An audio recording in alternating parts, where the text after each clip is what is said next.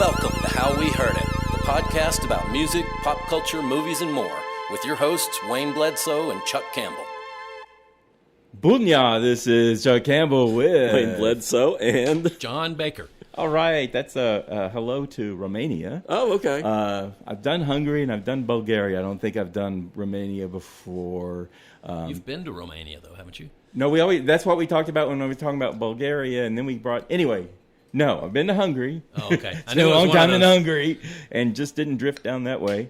But I was going to... This morning, the first country up was Iceland. Oh, okay. And I thought, I'm just going to switch and do hello in Iceland. And every tutorial that I got says, saying hello in Iceland can be very complicated. I'm like, nope. Booyah, it is. Well, and they've got letters that we don't have, too. Yeah, letters. And I don't know why. It depends on if you're talking to someone who's a man or a woman and blah, blah, blah. And thank you, Romania. So. Yeah, I've been looking at, possibly taking a vacation to Iceland. Oh, do it. It's do it. It's popular beautiful. Now. Yeah. It was mind-blowing. Yeah. I was looking it up. It's not that expensive overall. No, and it's not quite as far as the rest of Europe or, Yeah. So. People are super friendly. Yeah. They all speak English. Well, there's so Might much bump music into I Bjork. like, from Iceland. We went up there to see a concert. Pavement. Oh, of all things to go to Iceland to see Pavement. I can't remember what drew us to that, but we just saw that, and we had been looking to go to Iceland. So I guess I looked up concerts in Iceland, and there was like Pavement did 3 nights in Reykjavik. Well, I want to see Amina sometime. I don't know if they do much and concerts. the 3 nights they were there, they had a local Icelandic band opening every cool. night. That's what I'd want to hear. I'd want to hear Icelandic bands. Yeah. Well, Hopefully doing songs about rain, which is our topic today. Trying to segue. And our reason... And maybe they do. It rains in Iceland all the time. Yeah. But not so much snow. It's more of just a wet country. It is. So this is dedicated to Iceland and Romania. Then. And these are songs about rain. Yeah, sure. Well, because it's April. It's April when this airs. Yes, and that's interesting because I looked up and the April showers thing, right? Which is kind of a myth for this part of the country because our heaviest rain months are April, but May and June and July and August and September. So it's not like we get an abundance of rain in April that doesn't. And the May flowers that April showers bring, those are mostly bloomed and dead by the time April is done. Yeah. I mean, our blooming starts here at the end of February. Yeah. But it works for for some reason it works for California, Arizona, more arid states out west. Well, I'm sure up north. I guess someone out there came up with this. Well, it's probably written in New York. I mean, that's probably a Tin Pan Alley song originally. So, well, even New York, I think their precipitation's similar to ours. But anyway, be that all as it may, we discovered there are a ton of songs about rain. And an interesting thing I found about it is rain is a very flexible symbol, right. And it can be used to connote depression or even romance or even cleansing, and peace. For some people it's peace, and for some people it's just, the pits of despair. So people use it in so many different ways. And in music. I bet you've categorized yours by the moods. I didn't. This time, this time I just wrote them down kind of like you do, randomly and saving time, and didn't bother with chronological. I think that there's one little mini category I did, but it sounded like you might be more categorized than I am here. I don't know. I mean, I started off by just, off the top of my head, writing down songs that I love about rain and songs that are really popular about rain. And then I did what I always did when I did my radio show, is I put rain in my search header and looked through my collection that's digitized. I forget that when we're coming up with these topics that you've kind of got the one up because of the radio show you had for so long where you were doing these kinds of things. Yeah. And when we were talking about rain, I was like, rain, a whole show about rain. Oh, there are a lot of songs about rain. And it's like, and once you crack the seal. Once I started, like, I should just, when Wayne says there are a lot of songs about something, just go with it. 'Cause I will find them. As I told you, I did a whole show about insects one night, and I had 90 minutes of songs about just flies and mosquitoes. You talked about that too, and I thought, I can't think of a single one. And then slowly but surely, it's like, that was kind of one. And that was one. Well, I want to talk about the elephant in the room for me is, why was the rain purple? Why was Prince's Purple Rain purple? And Because I know everything with Prince is purple. Yeah, that's his color. Well, I know, but it still doesn't make any damn sense. So, if he's wearing purple, that's fine. Well, I've looked artistic it up. license. Go ahead. Well, I did look it up to see if there was an explanation for why the rain was purple, and there was some highfalutin something or another that was supposedly quoting him, and he was saying, "Oh, that red is like a."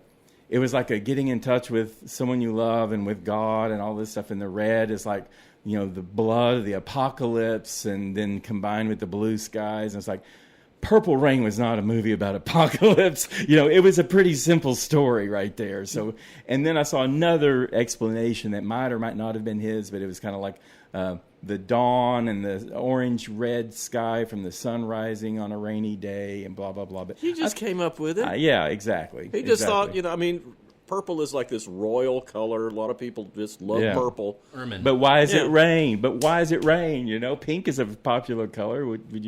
How would you respond to Pink Rain? Well, that'd be a totally different song. I'm just saying, for a guy who writes such great lyrics, that's kind of a...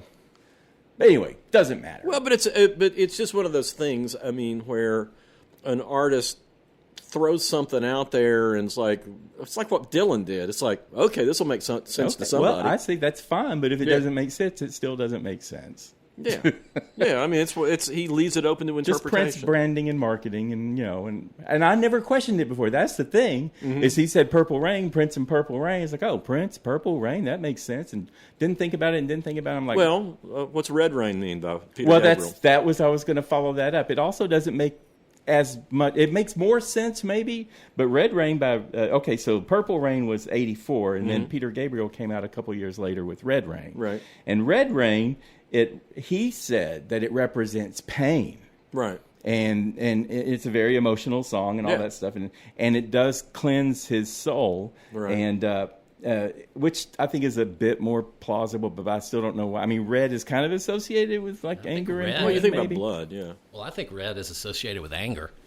Right. Well, so red, pain, blood, all that stuff, and there were some people trying to ascribe an environmental impact of it because it was 86 and everything, right. And that apparently has no grounds in truth. So it wasn't acid rain or anything like that. So well, there was an earlier song, I can't think of the name of the band who did it, called Colored Rain. Well, who was that? Was that Peter Gabriel? No, this is earlier than them. This is like a late 60s song, Colored Rain. I can't think of the name of who did it. Well, I have a proposal. Let's quit coloring rain. Can't rain just be rain? I mean, it's powerful enough as it is. I think that exceeds our authority. Well, Chuck, this brings me to a song from about maybe 1964 by Melvania Reynolds, who did Little Boxes. She wrote a song called "What Have They Done to the Rain?" Okay, and you can appreciate that. Yeah, what have they done to it? They got a coloring book out or a box of crayons out and just started like, whatever color you want the rain to be, that's what we'll do. Yeah. Hers was a kind of a environmental maybe message. I can't remember all the lyrics to it now, but it's about a boy. It starts out with a boy playing in the rain, I think. Yeah. But well, I mean, if it's environmental, if we're talking acid rain and it's kind of rusty color or whatever, I'll give that one a pass. There you go. I think you'd like Melvania Reynolds. What? You'd like Melvania Reynolds. She was. I remember Little Boxes. That was what was the show? That was Weeds. Yeah, Weeds. Yeah, and they had different people's versions of it all the time. But she was the originator, wasn't she? She's a writer. Yeah, she was. And she was great. She was this real firebrand. All right. Well, y'all want to throw a rain thing out there? Well, Chuck, because we were joking about this before we started. Yeah. I would hate to have a subject like this and not have a super, super old song and a song by somebody whose name you can make fun of. Okay. Yeah, and let's just jump on that. Let's get that done. Well, there's a song called the there's all sorts of titles for it. Wind in the Rain, Two Sisters. It's a song that originates, the first appearance of it is 1656. Okay. And it is were about. You listening to the radio? Did it make it? I was listening to the radio charts? back then. Oh yeah, it's been recorded thousands of times. There's thousands of variations about two sisters walking along the riverbank, and one of them shoves the other one in and watches her drown. Oh, okay. Like you do. Like that happens, and then her body drifts down into a mill pond, and the miller fishes her out and makes an instrument with her bones. Like they do. Like they do. And then there's so many different variations, but my favorite is by the Red Clay Ramblers, and the only tune he makes a fiddle in that version out of Her Bones, but the only tune that fiddle would play is "Oh the Wind and the Rain, Oh the Dreadful Wind and Rain." Okay, I can't make fun of that. Where's the name that we can make fun of? Here's what you can make fun of. Okay, and I know you will. She's Coming Back Some Cold Rainy Day. It's a great song. Okay. By Barbecue Bob.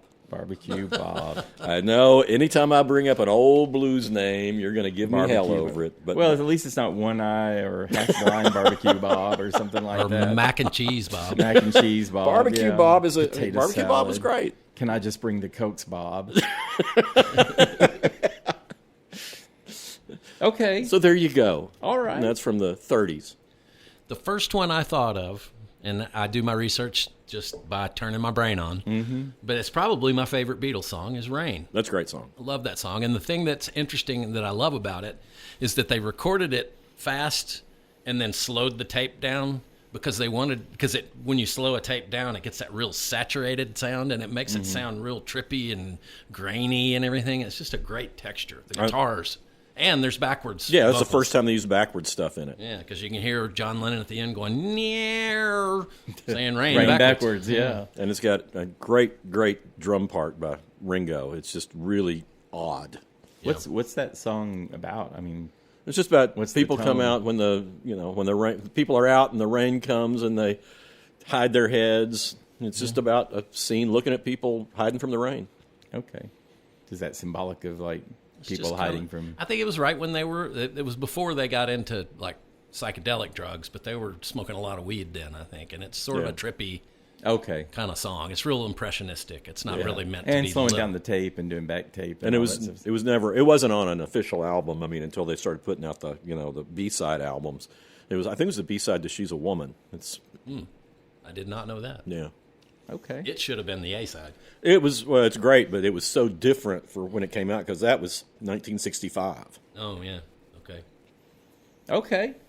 Well, I'm going to talk about some of my favorite Rain songs. I'm going to start with 1995's I'm Only Happy When It Rains by Garbage. You had to know that one was coming. Oh, yeah. 1995 was a perfect time for this because you were kind of getting into the post-grunge rock, which is when we had so much alt rock and modern rock was coming out, so you're getting like more life coming to rock. I think grunge itself was sort of a rain for rock because it kind of cleansed, rock and roll. Hair metal. Yeah, hair metal was gone with and grunge. then it picked up life, and I love Shirley Manson and the lines on this song. I mean, it's got a good, crisp, kind of rock sound and guitars along with the electronics because the guys are all right. She was with 3 producers, and they're still together.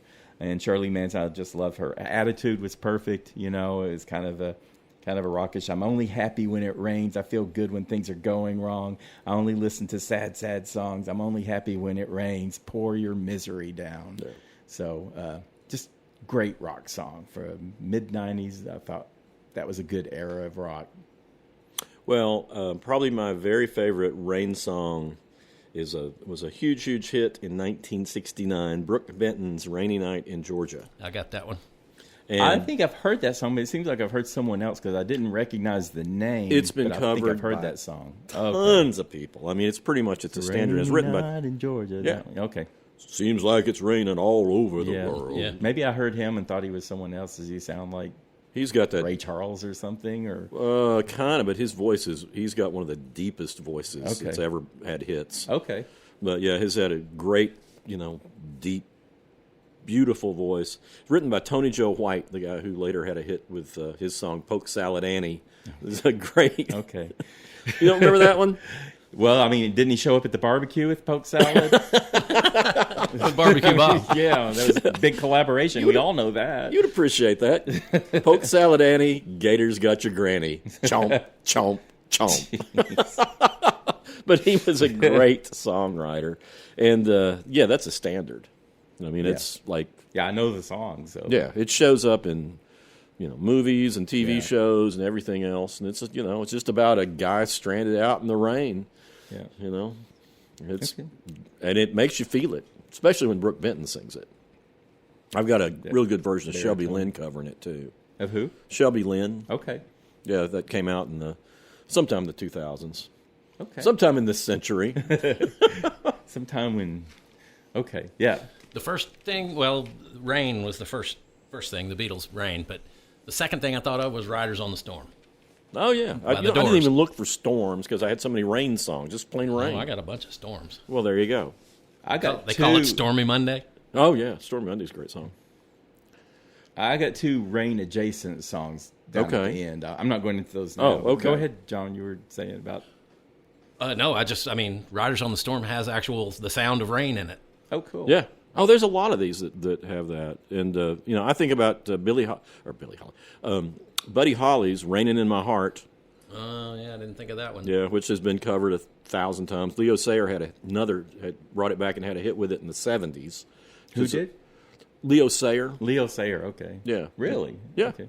But it's originally from like 1959. And then Slim Harpo has a song with the same title that's covered 1,000 times. But What is the title? It's called Raining in My Heart. Oh, Raining in My It's the same title, different song. Well, you brought up Billie Holiday, and she was among the many people that covered Stormy Weather. Oh, yeah. Along with Etta James, Billie Holiday, Lena Horne, Frank Sinatra, been covered by everybody. And then right after that, I came up with Stormy Monday, which was also covered by Etta James, but also I think it was written by Albert King. The I blues. think so, yeah. I think so, too. They call it Stormy Monday, but Tuesday's just as bad. Yeah. Eric Clapton, Allman Brothers did that. Yeah, it's been covered lots of times. I'm going to fast forward since you did that and do the I Can't Stand the Rain. I like that one, too. Which is out. Ann Peebles. Was originally Ann Peebles, right? In 74. Real soulful song, kind of a little bit quiet in the beginning and everything, which is eerie. And then Tina Turner redid it in 1984. And her version is really her good. version was also very soulful. And you may not realize this, but of course, Missy Elliott. Yeah, I was going to say Super Missy Duper Elliott. Fly it's the rain Super Duper Fly, and it's an interpolation. They didn't sample it. I mean, she's like using the lyrics and the production and everything. You can hear the elements and everything, but they've been completely reconstructed. So that was a trio there. And another, as far as covers go, the Rainy Days and Mondays, the Carpenters. Yep, I got that one. Fantastic, and I don't think anyone's better suited for that kind of music than Karen Carpenter. But did you know that Amy Mann covered that song? I didn't know that. Yeah, and I didn't even mention this. I was recommending the Chair Company, the HBO comedy and everything. She, live from 2025, so just last year, Amy Mann covered Rainy Days and Mondays for that. And man, and I don't know why anything Karen Carpenter did, except maybe the cheery, upbeat ones, Amy Mann can cover. I mean, it's just such a perfect perfect match. for her Yeah. voice. It was written by Paul Williams and Roger Nichols, who were writing a ton of songs. back then. Okay. Well, so there you go. Those are some covers and such. And around that same time, Neil Sedaka came out with Laughter in the Rain. I was going to mention that remember just that because I song. thought you would come up with it, but since he just passed away in February of this year, and that's such a sweet song too. It's like all the lyrics are just happy, and a lot of these rain songs are kind of deep or dark or. But I remember when that first came out, I was like hearing people talk about it, and it's like a song about Neil Sedaka. It's like, oh, that's that woman, because I thought it was a woman singing it because his voice is so high. I had a hard time until I actually listened, but Neil Sedaka, Neil Diamond, and Neil Young, those were kind of all the same guy to me. Those you could not be I more was a different. I kid. know. I was going to say Neil Young and Neil Sedaka. Yeah. I know. And it's like, oh, wow, I guess Neil was just a popular name, Yeah, but that is a really good song. It's a sweet, It is. pretty song. Yeah, it's very sweet. I think Captain Tennille maybe did it, but a he lot. kind of invented them, sort of, so. Yeah, and he wrote it, so Yeah.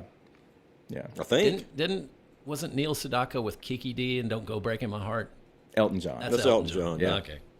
Yeah, but Elton John owned the record company. It was that Neil Sedaka's album came out on. It came out on Rocket Records, which was Elton John's. Elton John was a huge fan of Neil Sedaka, and really helped promote his comeback in the 70s because he was like nobody even remembered him hardly from his late 50s, early 60s hits at that time.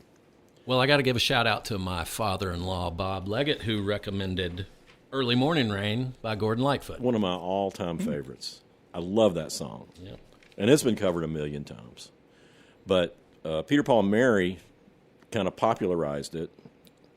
And then, the most recent version I've got is the Watkins Family Hour with Sarah Watkins from Nickel Creek.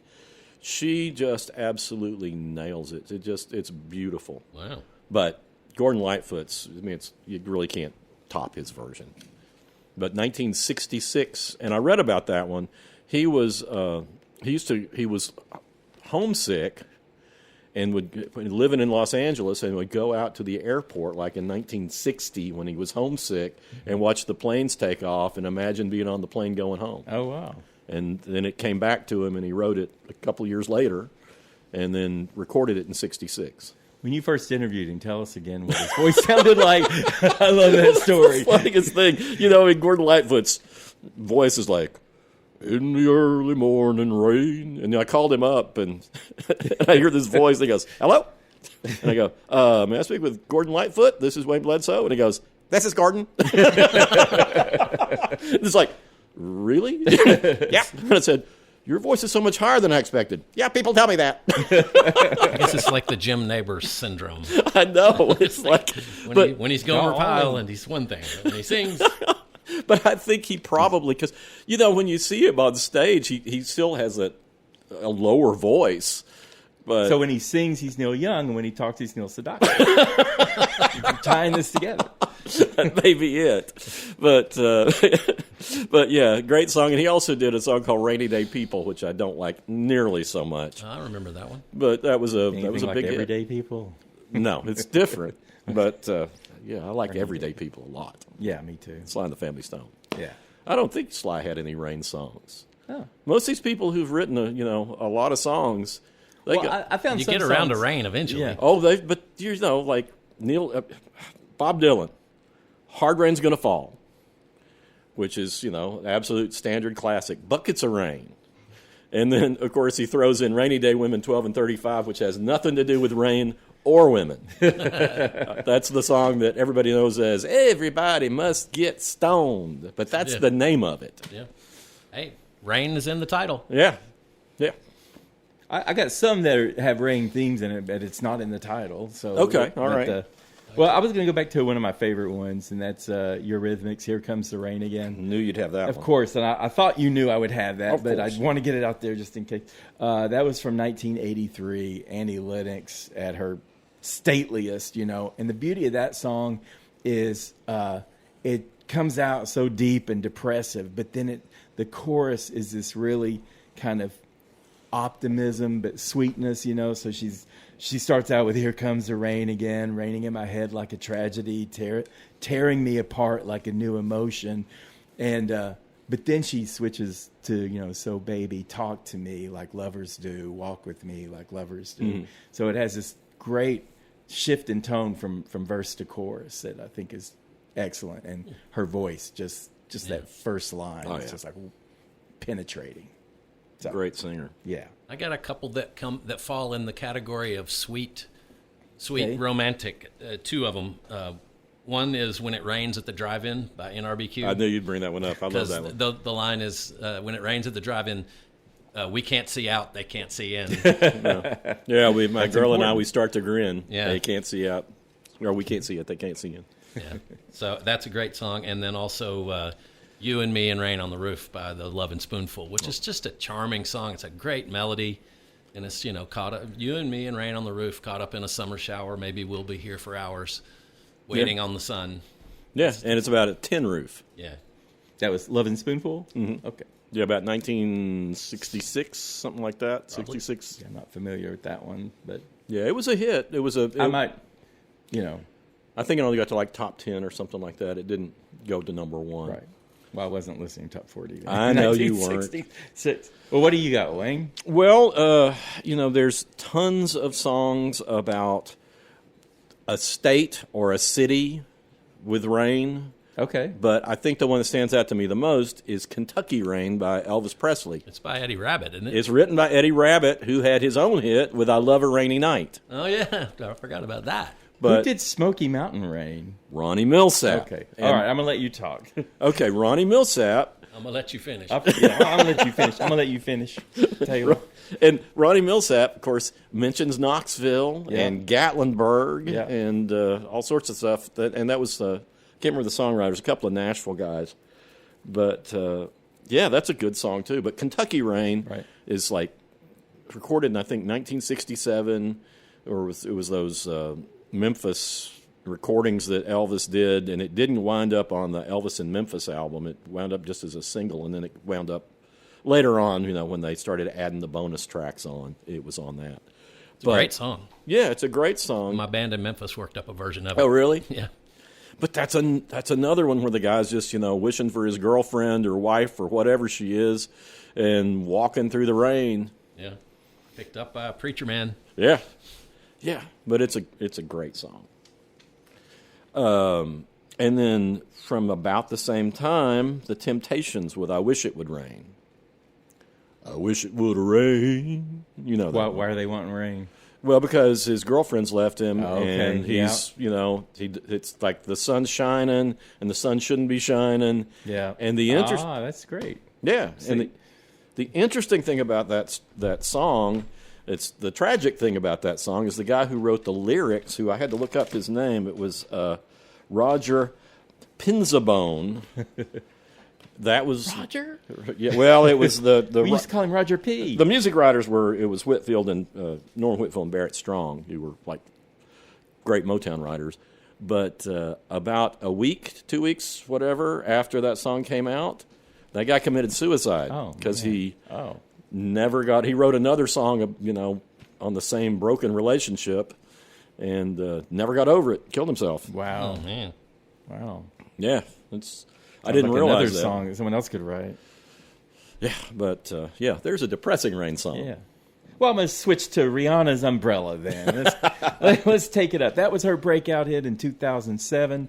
It's so uplifting, and I love her. I loved her from the get-go with this song. She was basically a model then.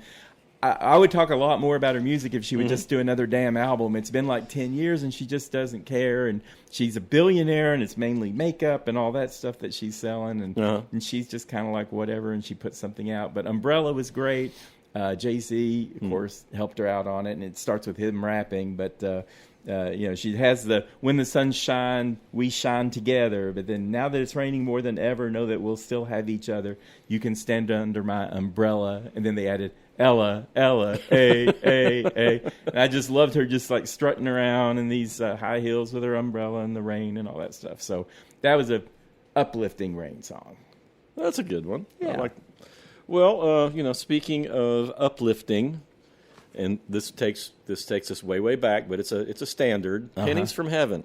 Pennies from Heaven, Which is a song that I've sung to all my kids and my grandkids. When Frank they get them to Sinatra sleep. or somebody. Frank Sinatra did a version of it. Bing Crosby actually Okay. premiered it in 1936. My favorite version is by a guy named Arthur Tracy, and that's the guy that Steve Martin did a movie called Pennies from Heaven, which is a great weird-ass movie written by Dennis Potter. But, that's the whole thing is every time it rains pennies from heaven. Don't you know each Ouch. cloud No contains... wonder they discontinued pennies now. Go ahead. Well, yeah, they've discontinued pennies, so it won't make sense to anybody. But it's like, you got to go through bad shit before you get the stuff you want. It's Yeah. basically the sentiment of it. And, just be grateful that good things happen. Sounds way better than Tears from Heaven. Yeah, but That's it's a great that's song. another story. But, Billie Holiday recorded it. Frank Sinatra recorded it. Everybody's recorded it. It's a great song. I got two songs that you mentioned before. Rain's not in the name, but the song has a heavy rain. And this one goes out. Bob Leggett again thought of this one. He's high on watching unplugged concerts. Yeah. And he watched a Paul McCartney Unplugged, and he does the songs. It's the first song on the McCartney solo record. That would be something, and it basically just repeats. That would be something to meet you in the falling rain, Mama, meet you in the falling rain. That's so. And then the other one I just thought of, and it's "Bus Stop" by the Hollies. Oh, yeah. And it's Come Share My Umbrella. That's a beautiful Okay. song. It's a great pop song. About the same time, the Rain, the Park, and Other Things by the Cowsills. I don't know that one. Oh, yeah, you do. I love the flower girl. It's about, it's a similar sort of a thing where he goes to a park and this girl's selling flowers and he falls in love with her and then the rain goes away and she's disappeared. It's like she's a vision. Oh, But that was a big hit about the same time that Bus Stop came out. okay. I think Bus Stop 66. Yeah, I don't know. Rain the Park, I think 67. What's time to be snarky? All right. Guns N' Roses, November Rain. Hate that damn song. That drained any residual love I had for that band for Welcome to the Jungle, which I still say was a great song, and I love that song. That was one song where Axl Rose's voice worked. And, of course, Slash. I mean, it's great music anyway. The band is. The problem is Axl Rose. But he worked in Welcome to the Jungle. November Rain. It's over 9 minutes long. Oh, my God. And the video is just full of drama. And it was like, it came several years. It was 92. And Welcome to the Jungle was like 87. It's just such a melodrama. And the lyrics, it kind of goes back and forth. And you're not sure if he's like trying to get her back or if he's saying goodbye. And after 9 minutes, you don't care anymore. It's like, You just wish. I know. Yeah, but his voice, you all talk about hating his voice. I don't know how much you remember. It is like, God, he can't sing. This is like comically cartoonish, vocal. Oh, hated the song. It was too long. It was melodramatic. It was vague, and his voice never sounded worse to me. So it took a while for me to even get back to Welcome to the Jungle. I after just that. hated Guns N' Roses from the start. I never gave them a chance. I mean, I've heard Welcome to the Jungle, obviously, and what's the one that ends with "Where do we go"? Is that Welcome to the Jungle? No, that's Sweet Child of yeah, Mine. Sweet Child of Mine. I know didn't those know two that. songs, Yeah. but as soon as I saw them, I was like, nope, and I never gave them a chance. Well, Welcome to the Jungle. The thing that resonated with me is just the Welcome to the Jungle. It gets worse here every day. And working in a newspaper, that was my motto because it was worse every day for years. Especially when you had to talk to Wayne. Yeah. He Yeah, had that was some tough. crap from the Cowsills that he was writing about. I can't believe nobody's mentioned Raindrops Keep Falling on My Head. Well, that's on my list. I knew it I would figured come it'd up. be on my list. But, yeah, I like that song a lot. I like Burt Bacharach, Very just upbeat. in general. Mhm. He's just an amazing Was songwriter. B.J. Thomas was the B.J. first Thomas. singer on that? Or, Yeah, and that it was featured. How it became popular is it's featured in the movie Butch Cassidy and the Sundance Cassidy Kid, and Sundance Kid. and it's like a scene that a lot of people absolutely hate because it's like this little whimsical moment where Catherine Ross sneaks out from where she's been sleeping with Robert Redford, Right. and rides on this bike with Paul Newman, and they're kind of because there's kind of a menage a trois thing going on. If you know anything, if you've ever read, If you know anything, it's going to be Robert and Paul. yeah, probably. That's the thing. It's like they're probably Butch Cassidy and the Sundance Kid probably Yeah. had a thing Yeah, together. yeah. So either she was a beard or they were just, Maybe. they were fluid. I think they were fluid. Yeah, fluid. Yeah, Fluid, bisexual, whatever. yeah. But it's an interesting. It makes that movie so much more interesting when you watch it, Right. and you know that. Right. I have not watched it since I haven't seen I that was a movie kid. in Didn't know anything like that. Decades. I probably watch it once every 3 years or so. I love it. I love that movie. It's like a comfort film. I mean, everything's going to happen, and it's funny and. It seems like is it like CinemaScope or what is it, the way it's filmed? It's like really saturated and golden and Oh yeah, well that's what we're doing a lot of stuff in the 60s. That's so late. I think it's 68, 68, 69, but it's and Robert Redford is always bathed in golden light. yeah, but it's a lot of movies were made that way. But it's not in CinemaScope, but it's still very wide angle. Yeah. But great stuff. Well, I'm sure neither of you have the Weather Girls. It's Raining Men. Well, I knew you would have that. I actually like that song. It's so funny, and it's two large, soulful women, the Yeah. Weather Girls, and just classic dance song. It was from '83, but it seems like even older, like a disco song. So maybe it was some neo disco, a few years after disco wasn't really hitting anymore. Yeah, it seems like it's earlier than that. Yeah, but I believe it was '83, so Wow. it's surprising. But I mean, it's like And they say, so it's raining men, right? And she's going to go outside and run and let myself get absolutely soaking wet, which is great. And then they have the line, God bless Mother Nature. She's a single woman, too. So just a fun, playful, great song. You probably got this one. What? Crying in the Rain by Everly Brothers. That was the next one I was going to bring up. It's sitting right there in front of me. Well, that seems kind of like a theme, too, of crying in the rain so that you can disguise the fact that you're crying. There's several songs written like that. That's a good theme. I didn't hit that one. Yeah, that's Carole King, and it's, hang on, I wrote down who. It was Howard Greenfield. She usually wrote with Jerry Goffin during that period. But yeah. She wrote that? Mm-hmm. Huh, I didn't know that. Yeah. But yeah, I love that song. The Everly Brothers do just a great version of it, too. Yeah. And her version's good. I'm not sure I've heard hers. I thought it was Everly Brothers. Yeah, well, no, she released an album of her demos, and it's on the demos. But I think she actually recorded a version too. The non-demo version. But yeah, it's a great song. Well, so that just leads to Blue Eyes Crying in the Rain, same theme. That was Elton John, right? It's Willie Nelson. Yeah, it's Willie Nelson from about 73 or 4 that came out. It's the song that made him a star, because he'd been like, oh really? Yeah, he'd been like, releasing trying stuff to for make years. it as a mainstream country guy in Nashville, right? And just couldn't do it. But that came out like on the Red-Headed Stranger album, which is like his big breakthrough. What year is that? 73? Something like that. Okay. So, well, and apparently when he gave the record company Red-Headed Stranger, they were like, well, these are just demos. And he's like, no, this is the album I wanted to put out because it's really stripped down. Yeah.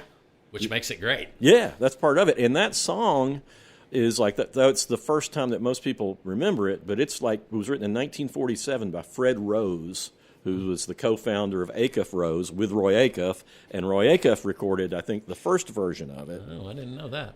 And Gene Autry is the version that I'm familiar with from that era. But yeah, it's a great song.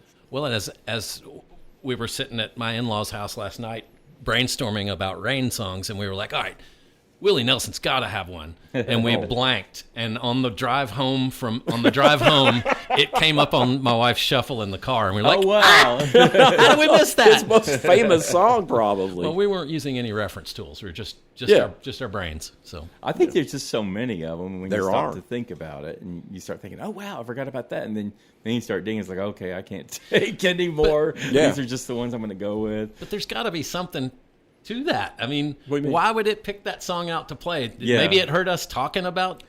Well, is the algorithm? I'm going to bring up another song, and it's in my recommendation today, which I'll say later. I watched the new episode of this show last night, and one of the songs on my list, "Rainy Day in June" by the Kinks, they play nearly the whole song in that show. Wow. Okay. There's things going on beyond our. There is. We're just monkeys. Monkeys with guns. That's what Tom Waits said.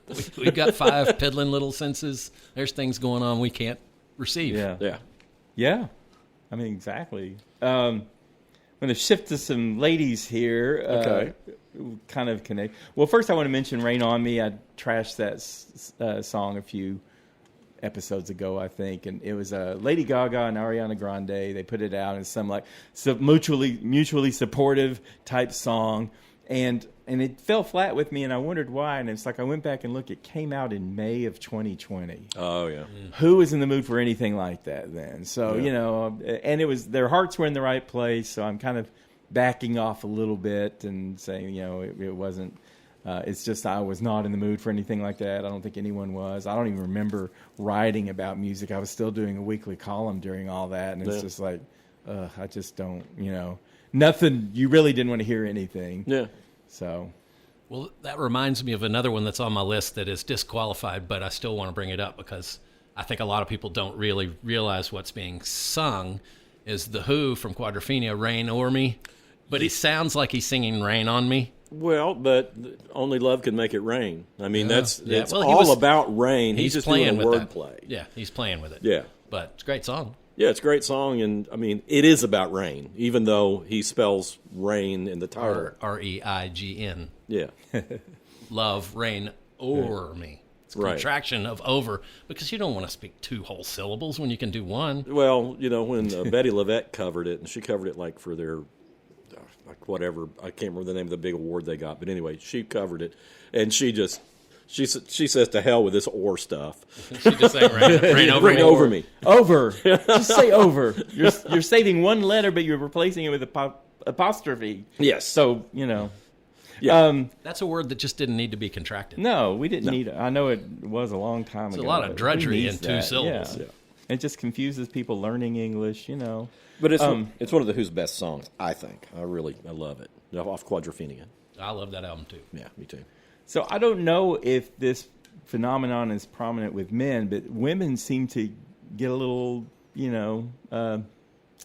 wanton or whatever in the rain, and it comes up over and over again. I was like, even Taylor Swift, she brings up rain a lot. Mm-hmm. And she goes, "I miss on The Way I Loved You" from 2008. I miss screaming and fighting and kissing in the rain. Lana Del Rey, of course, Born to Die in 2012. Had a great bridge on it where she goes, "Come and take a ride on the wild side. Let me kiss you hard in the pouring rain. You like your girls insane." I don't know if it's insane to like to kiss in the rain, but it's Lana. I don't know if anything. And Madonna, she has a song called "Rain" from 1993. She had a real sex period in the early 90s. We've talked about that. And "Rain" was from Erotica. And it's like, "Feel it on my fingertips, hear it on my window pane. Your love's coming down on me like rain, wash away my sorrow, take away my pain." But more than that, in "Justify My Love" in 1990, that was her big sex breakthrough. She's talking about, she's doing like a little itinerary of what she wants to do. It's like, "I want to kiss you in Paris. I want to hold your hand in Rome. I want to run naked in a rainstorm." So. Okay. Well, there's Lou Christie's Rhapsody in the Rain, where they're making out in the car. So there's one guy. And there's with a really high voice. The windshield wipers kept saying, "Together, together, together." He had to change some lyrics after That just a while. reminded me of "I Love a Rainy Night." Do you all have that? Yeah, we talked about that one already. That's Eddie Rabbit. Eddie Rabbit. Okay, yeah, okay. Yeah, that was after we talked about Kentucky Rain. Because Okay. he wrote that for Elvis. I had the dawning of, Smoky Mountain Rain. I forgot about that. You already jumped. I was trying to jump out with that. Okay. All right. Well, I was thinking of the Los Lobos album Kiko, 1992, and there's a song on there called "Wicked Rain." Yep, great song. It's a great song. That That's whole a album's great great. album. That's their best one, I think. Yeah, that was my album of the year it came out. Yeah, it's a great record. Yeah, it's terrific. Well, all right. Randy Newman has written a lot of songs about rain because he's written a lot of songs, including a fairly recent one, "Every Time It Rains," which was, fairly recent for Randy Newman. It's 1999. It's still old. But and then "Rider in the Rain," which was earlier than that. But his best, and it's probably the most depressing song about rain. Okay. I Think It's Gonna Rain Today, which Nina Simone covered, Judy Collins covered, everybody covered it. It was an art song basically at a time when people were looking for pop songs, and it's just all these images thrown together: broken windows and empty hallways. A pale dead moon with a sky filled with gray. Human kindness is overflowing, and I think it's going to rain today. Oh, wow. And it's like, by the time it's Randy over. Newman, yeah. Oh, man, by the time it's over, it's just devastating because it's somebody writing from the perspective of just hopelessness. But it's a beautiful song. It's off his debut album, and it was originally called Create Something New Under the Sun, and then they just took the title off and just called it Randy Newman. "Set Fire to the Rain" by Adele, that was pretty depressing, too. That's from 2011. It's all about she's in a toxic relationship and she still loves somebody, but she's letting him go. So the whole thing is, it's deciding to let someone go even when you still love them. Yeah. And, she was real. That was from her, her Adele 21 album. Yeah. So it was earlier in her career, and it was very dramatic, and she sings very dramatically, and it was overall really sad.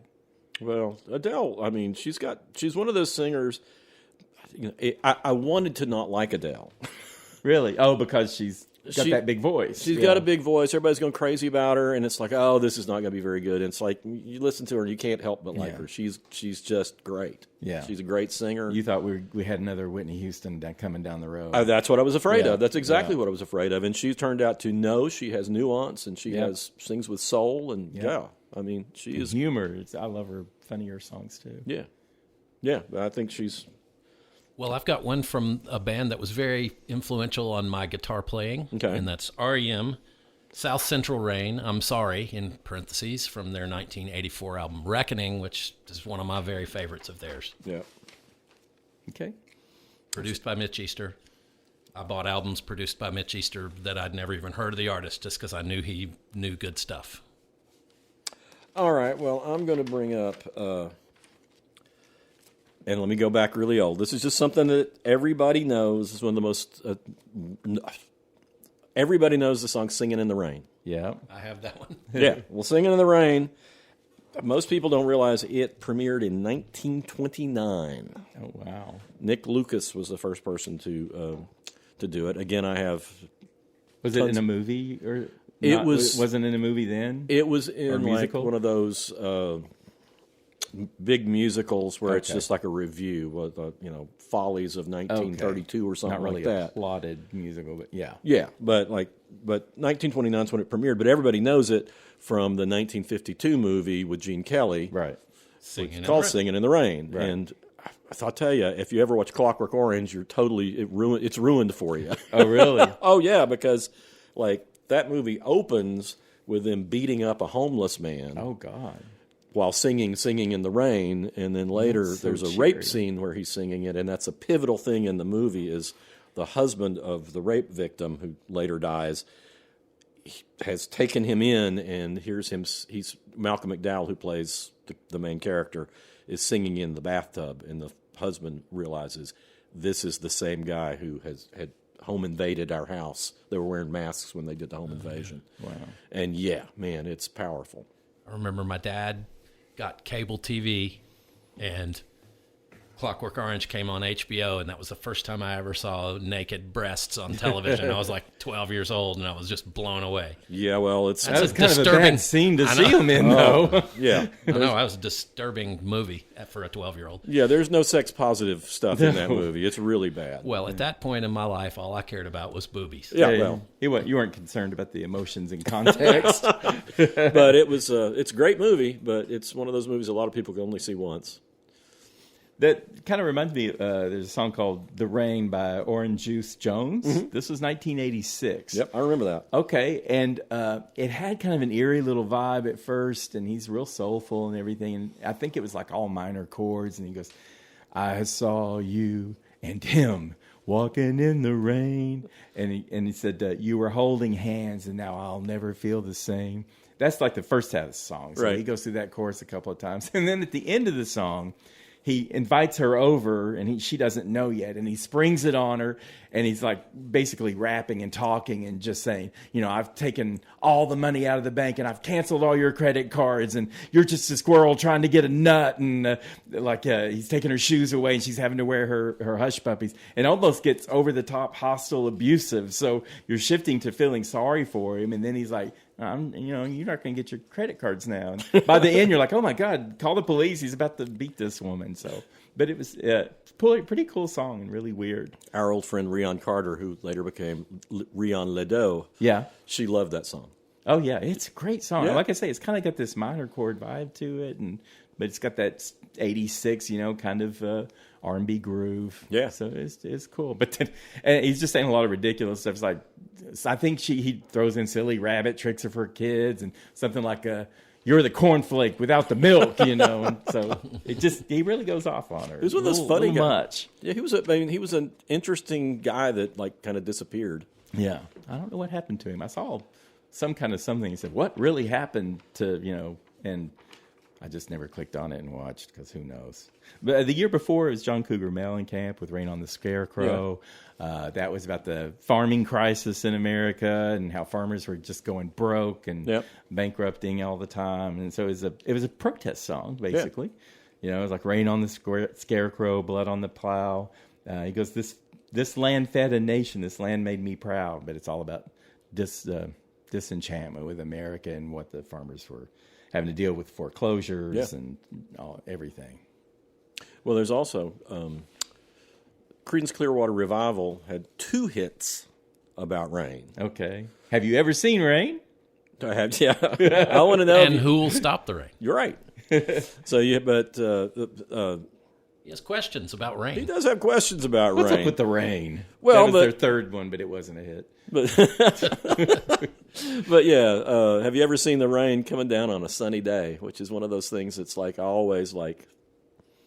You're giving me a weird look, John. No, isn't that the devil beating his wife? That's right. Yeah. Right. Oh, the devil beats his I wife. heard the PG version, the devil yelling at his wife. No, the devil beats his wife. Oh, That's wow. and then my son Wow. Ryland.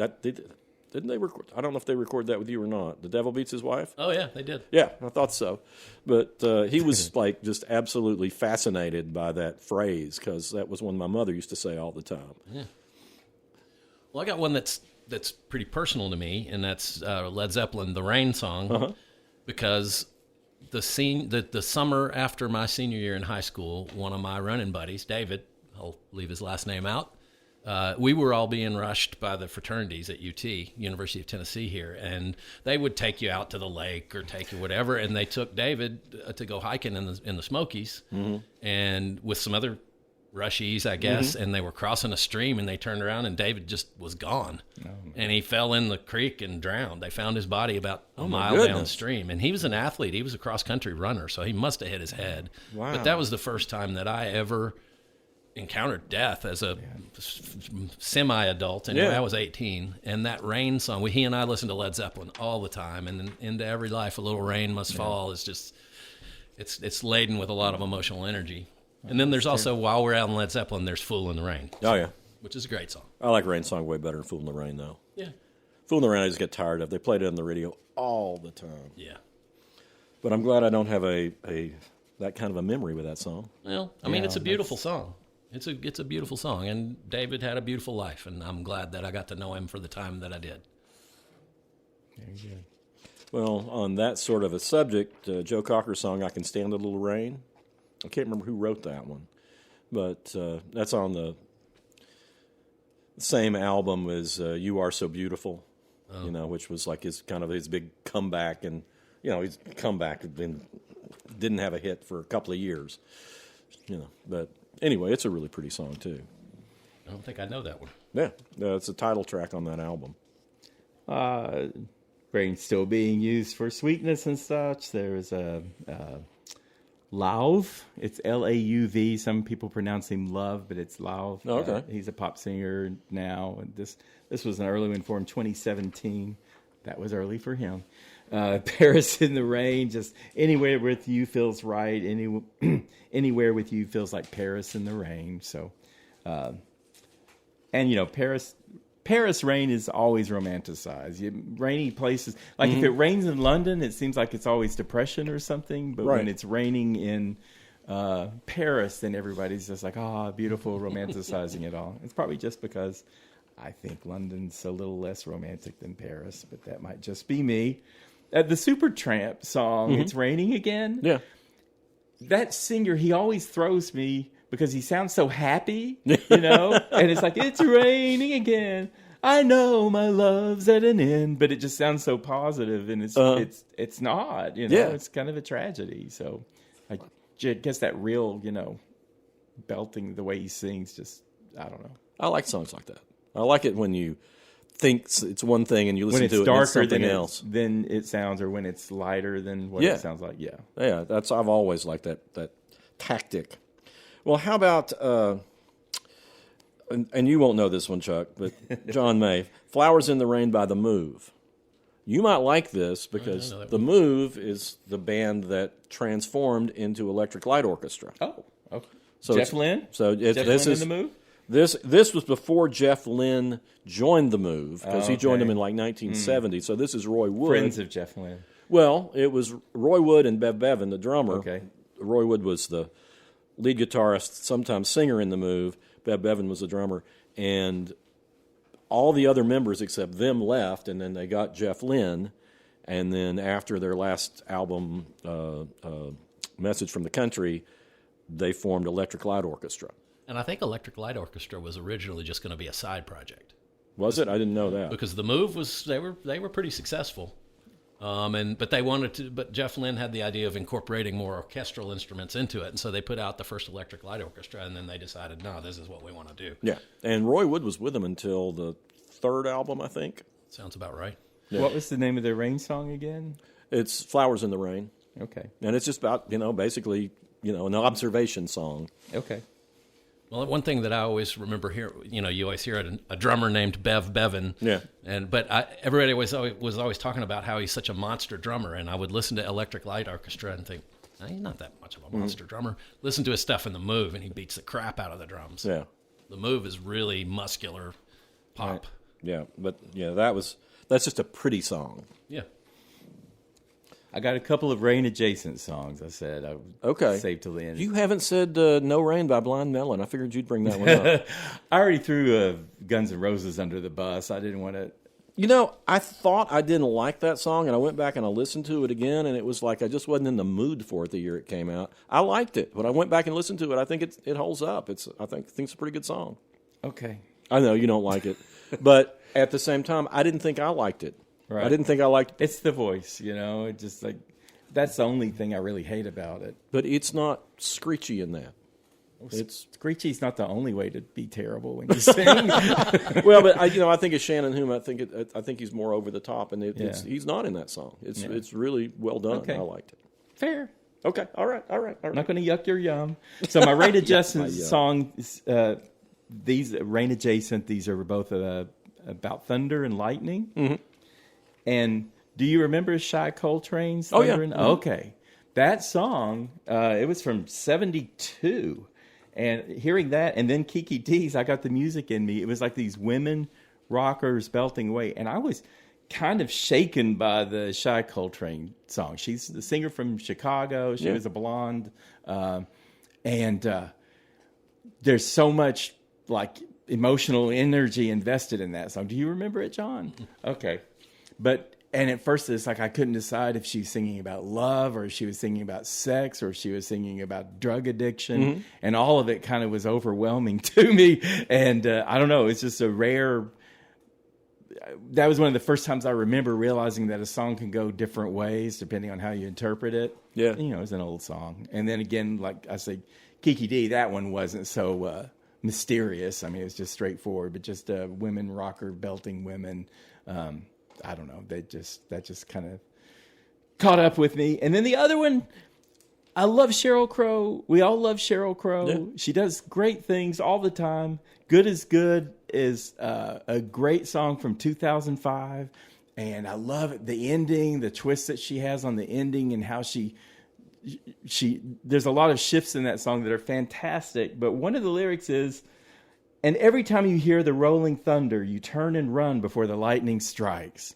And we all know the lightning comes first. And I don't know how someone did say, no, you can't do that. You can't hear the thunder and then run from the lightning. It's like light travels faster than sound. Right. It's just basic. So she was smoking a lot of weed then. I guess. And it's a beautiful song. I love that song. But every time I get to that line, I just no, why didn't someone stop her, change it? Or would have messed up a rhyme, probably. Yeah. Well, it's like, the song's going out of my head, but it's the Old Crow Medicine Show song where they talk about, East going to... Oh, that's Wagon Wheel. Yeah, Wagon Wheel. He's like going the wrong direction. It's like, you're on the other side of it. Yeah. These people. All right. I want to know if anybody remembers. This is the dawn of the internet, the dawn of YouTube. Chocolate Rain. You've got by Tay Zondi. You don't remember it? No. It's great because you get the video, and it's. I think the guy was like maybe 21 or something. He looks like he's 13. He looks like this little kid. Uh-huh. But he has this deep, deep voice. Oh, really? And he's singing about Chocolate Rain, and it's like there's just such a disconnect. I'm looking at his face and the voice that's coming out of him that he became a viral sensation. Okay. And I don't know anything else he did. Vaguely familiar now. Yeah, I mean, he looks like a little kid, but he's got just this deep bass voice. Wow. And it's cool.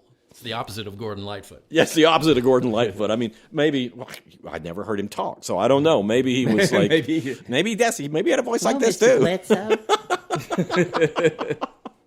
Flowers Never Bend with the Rainfall by Simon and Garfunkel. Really pretty song. They never been to the rainfall? Yeah, Flowers Never Bend with the Rainfall, which is not true because, you know, my flowers have been beat to hell. They pop back up. They pop back up. Once that rain gets through their bodies, but yeah. Box of Rain by the Grateful Dead. Is It Raining at Your House by Vern Gosdin, which is a great country song. I heard. I had a friend who played dobro with Vern and doesn't have a lot of good things to say about old Vern, or didn't. He's gone now. But your friend or Vern? Both are gone now. Okay, they can argue it out. And, you know, a big hit in the 60s, Here Comes That Rainy Day Feeling Again by Fortunes. Remember that? I remember that. Yeah, it shows up in movies and TV shows a lot. Rainy Day Feeling Again, yeah. And Raindrops by Dee Clark, which is another song from the early 60s that shows up all the time. And anyway. I just came up with, how about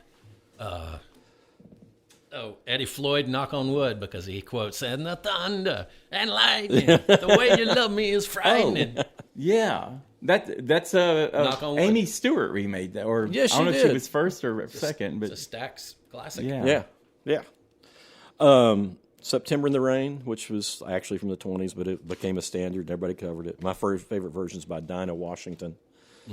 But that's like a great, great song.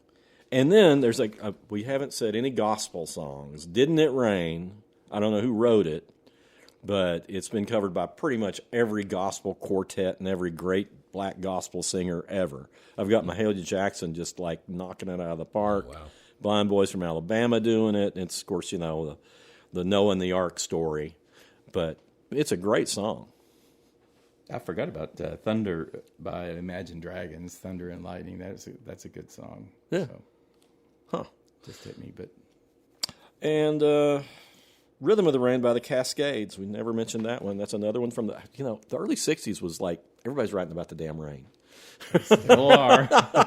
I wonder why that is. I mean, I wonder if it's kind of neutralizes humanity. I mean, it impends.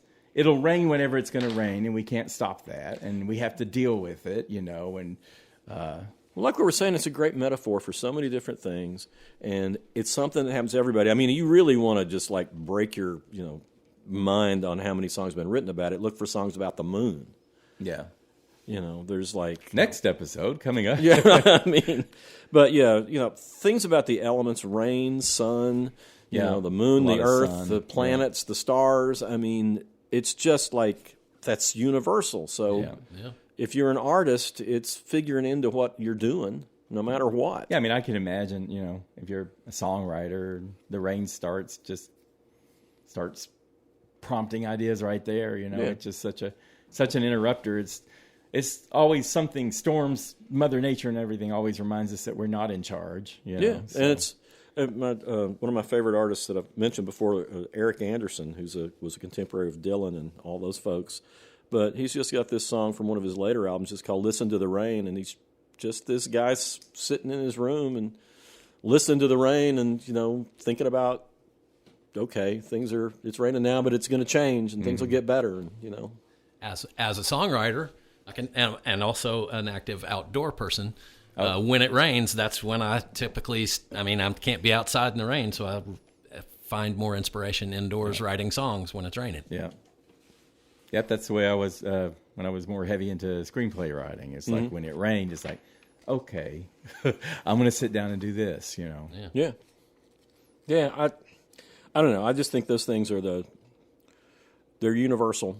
So well, I think the early humans were looking for ways to explain things they couldn't explain, and so they just made up songs and poems about things they didn't understand to try and explain it and can't control. Yeah, and it's like a song that I didn't bring up. John Prine's got a song called "Saddle in the Rain," And it's like, okay, here's this. That's the thing that you didn't want to happen back in the West is get your saddle wet, right? And ruin the leather. And it's like, Unless you were Madonna. she always wanted her saddle wet, but that's another story completely. After all that About a running different naked topic. stuff. Yeah. And then there's Boxer In by the Grateful Dead. There's another song I didn't mention that's like great song. Well, I'm ready for recommendations. Are you, John? Yeah. Wayne? You're still rooting through your list there. No, I'm going back. All right, I want to recommend a show that I'm still not quite sure what I think about it. It's on HBO. I saw the 4th episode last night, which included the Kinks song, Right. Rainy Day in June. But it's called DTF St. Louis. Okay, I've seen the promos for it, but I haven't watched it. Jason Bateman and David Harbour are the main 2 guys in it, and it's got a lot of good cast. The whole cast is really good, but of course DTF. Yeah, we know what it means. You know what it stands for, but it's sort of a red herring. Okay. I I didn't know that with David Harbour. That's Lily Allen's philanthropy. Yeah, no, ex-husband. But of course, it's about a guy. Jason Bateman is the weatherman in this little town, or not little town, in St. Louis, one of the big TV stations. And David Harbour is just signed on as his sign language interpreter for the weather. All right. And they become friends. And in the first episode, Jason Bateman says he's heard about this app called DTF St. Louis and wants to explore it. You would assume a dating app of sorts. Not really More of dating, but maybe a one dating app. Hookup. Yeah. Yeah. But there is a death in the first episode, and from there on out, you are reevaluating with each episode everything you know. Okay. And it time shifts over and over, so you have to kind of brace yourself to figure out, okay, where are we in this story? Okay. Because you're seeing things from different perspectives all the time. And every episode makes you change what you thought about these characters. Okay. And so I found that's interesting. It's a device, obviously. Is it HBO? It's HBO. That's similar to the Chair Company. Yeah. Oh, okay. Well, I have to watch the Chair Company, but I want to watch the Chair Company with somebody, and we got to get Sarah to watch it with me so we can, because I don't like to watch comedies alone generally. Okay. But I recommend it, but I may after it's over unrecommend it. That could change per episode. It could change. But the first 4 episodes in, you're good. I'm good, but it's one of those things where because I have to keep reevaluating what I think about the characters, I don't know exactly what I think about it. But I get the feeling that what they're doing is setting up a thing like with the White Lotus or something where they can change locations and change actors and tell a different story that just has the kernel of that app being part of what's going on. Do you know yet if there's going to be another season or? Don't have any idea. Okay, yeah. That's what the Chair Company was too. I'm like, I don't know if this is going to resolve or. Yeah. So that's what I think is going on. I think they're trying to set up something like the White Lotus. Yeah. But I'm enjoying it so far, and I was kind of relieved that it wasn't just about this. Hookups? Yeah. Right. Yeah, but it's, like I said, I mean, Peter Sarsgaard is in it, playing a really interesting role. And I wish I could remember the actresses' names. They're not as familiar to me. Richard Jenkins is one of the... okay. He's one of the detectives. Okay. So you're watching a couple of detectives try to piece together what has happened after this death. Okay. So anyway, I recommend it. It's there's probably, by the time this comes out, there'll probably be near the end of it. Okay. All right. John.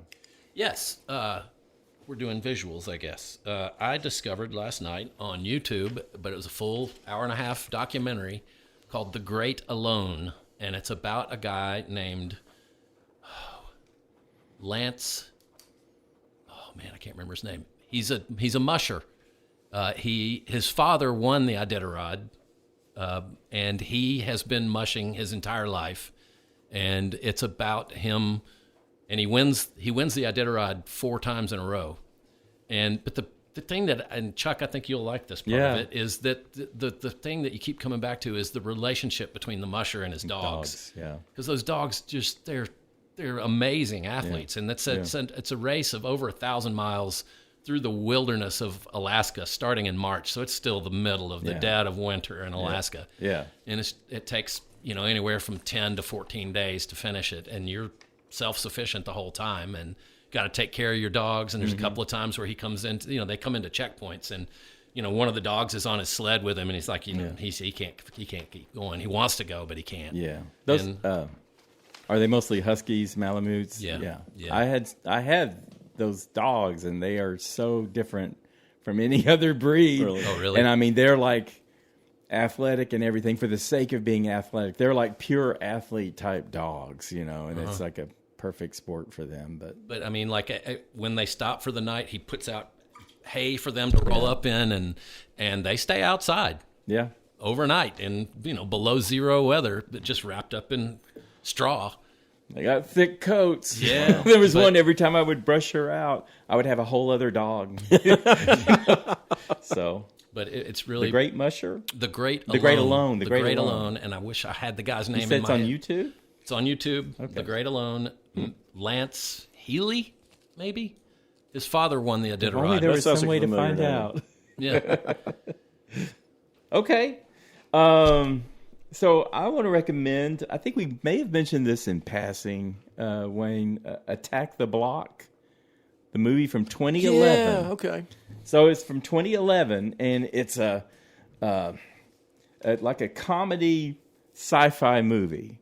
And it's about an alien invasion in London, or at least South London, in the what is it they call them, council estate, so like public housing.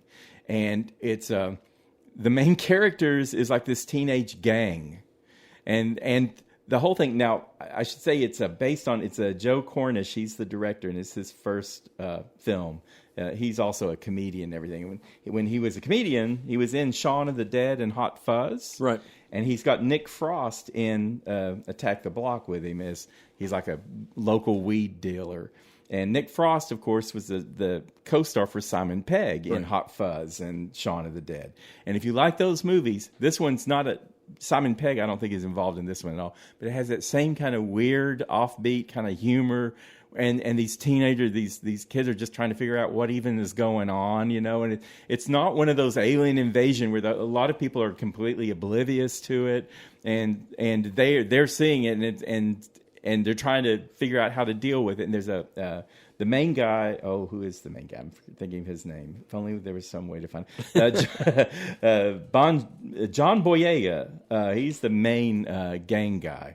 And Jodie Whittaker, who went on to play the 13th Doctor Who for several years, she's a nurse that they come across with the alien thing. But anyway, it's just real subtle and bizarre, and it reminds me of Shaun of the Dead when they didn't even realize there was a zombie apocalypse, and they were kind of going about their normal lives. You remember the first gal that shows up in the backyard, and they just think she's drunk, and they start throwing things.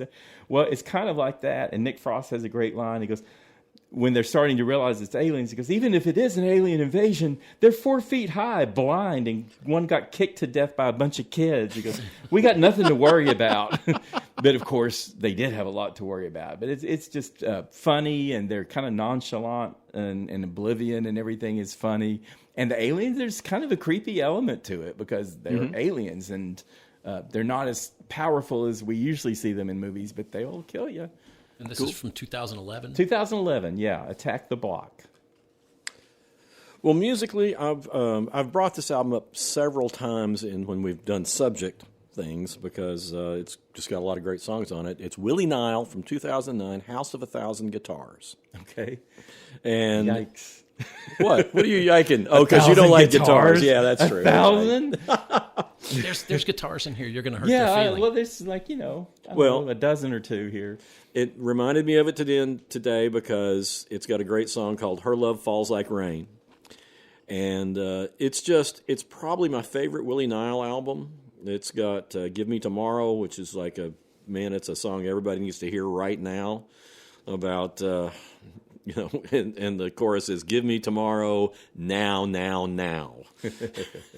And it just gives you some hope. And he's a really good songwriter, good singer. It's basically power pop.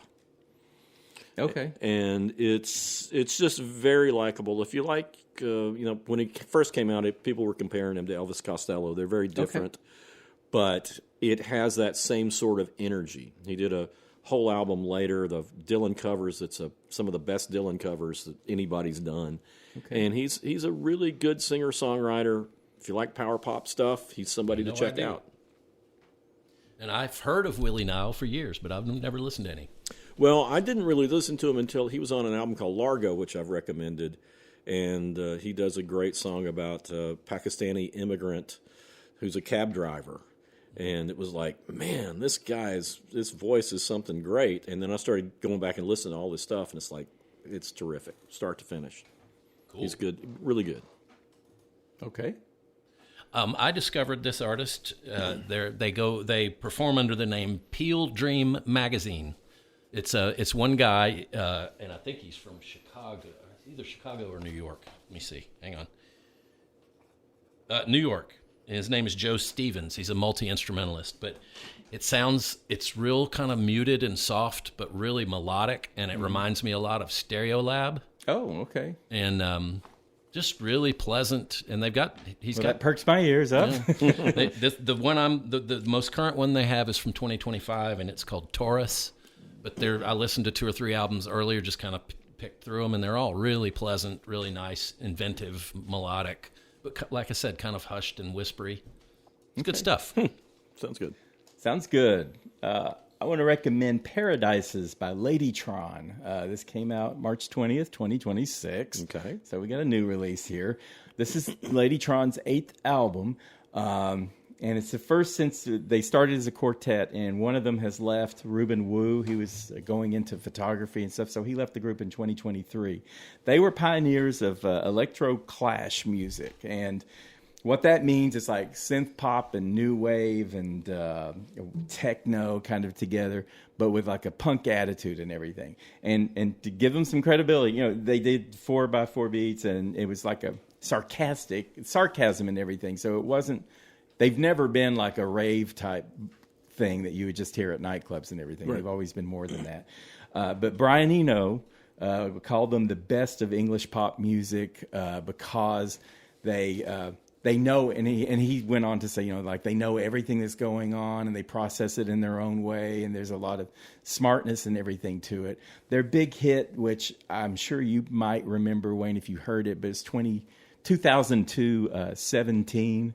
And the woman singing, I don't remember if it was the remaining 3 members are Helen Marney, Mira Arroyo, and Daniel Hunt. And it's like they only want you when you're 17. When you're 21, you're no fun. You probably remember it if you heard it. And so it has that kind of robotic kind of vocal and everything. But anyway, so now they're proceeding without Wu. It's the 3 remaining ones. And this album is great. It's a bit more grandiose than they have been. It's not, I don't know how to explain it, but it's like an adult type of electronica, but it's full-bodied, and it's more like ambient music than dance music, even though it's got a lot of dance life to it and everything. It's easy, and I can see why Eno likes them, even though it's not obvious what their connection is if you just hear them on first listen. But when you listen and catch what all they're doing and everything, these guys are smart, or men and women. Anyway, I love the song "I Believe in You" and another one called "Rolling Sound." It's like a full hypnosis type of music, like I say, full body music. But I think my favorite song is called "Kingdom Undersea." And Hunt, the lone remaining man in the group, he's got prominence as a singer. Normally he does like backing vocals, and this song is like kind of chilling, but it's also escapism and romantic. I love the melodies on it. Kingdom Undersea. Another one, Caught in the Blink of an Eye, which is like a mesmerizing, and it straddles kind of dance and pop, but it's not, it feels demeaning to say dance pop or anything like that to them because of the sarcasm and the robotics and all the different references they're pulling on. And then they have one, last song I'll mention is We Wrote Our Names in the Dust, which is like this ethereal little storytelling thing, and it's got lines like, no one knew what would become of us, but, we wrote our names in the dust. It's about something that's happened on a road and you're not sure if it's just a Journey song or Aliens, maybe that was just a Attack of the Block. But anyway, Eno's dead on. I think they're really a good, great group that extends beyond the, associations people might have with them if you see their genre. Sounds and good. It's a new album called Paradises. You had me at Brian Eno. Yeah, Well, that's when we both started saying, okay, wait a minute. Yeah, I thought Eno loves these guys. I got to tell them so they'll at least say, okay, don't automatically dismiss it. You still might not like it. I never do. I've listened to both of your recommendations a lot. But this can very much be ambient, and they're getting older now. They've been around for 20-something years, so it's not, they're not aiming for the, people tripping on Molly and, raving at 3 a.m. All right. We done? Yeah. Okay, you can catch us on social media, on YouTube, Facebook, Reels, Instagram, X, TikTok. I wrote them all down this time. And if you have any direct input you want to give us, like feedback, or if you've got any ideas for topics, you can write us at howweheardit@gmail.com. Okay, and we will be back, probably not with the moon. I don't know if we want to do that one or not, but we'll be back next week with something new and exciting. Thank you.